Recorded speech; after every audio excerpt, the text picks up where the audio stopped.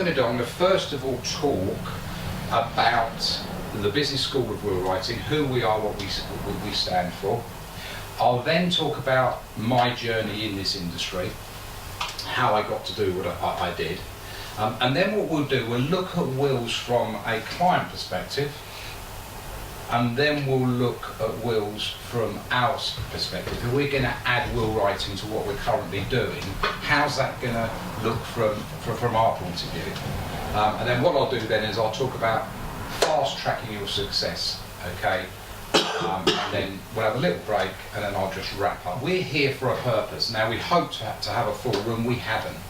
Now, you know, my sort of reaction to that is don't get emotionally involved. If people can't get out of bed, they wouldn't have made it anyway. So the right people are here, and we are focused on outcome. All I'm interested in, however brutal it sounds, is I want to connect with those people that want to say yes to this opportunity.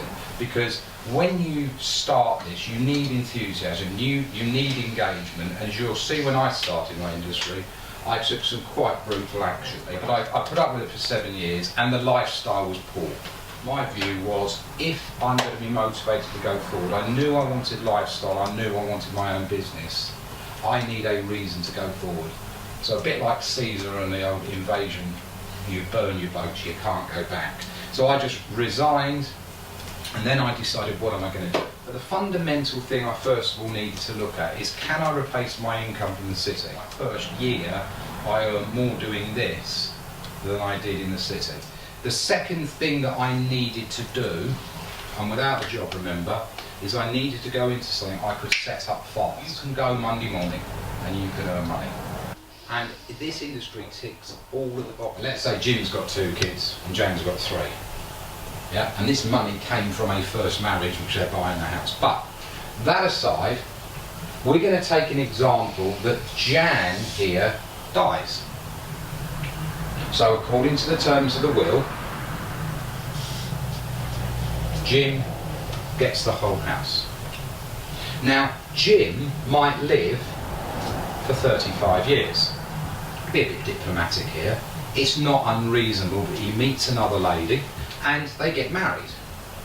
It doesn't quite work out because obviously she's not as good as you, Jan, and so they get divorced. And can you see, and it would be exactly the same if Jim died first, Jan, that this half of the house that you thought was going to the children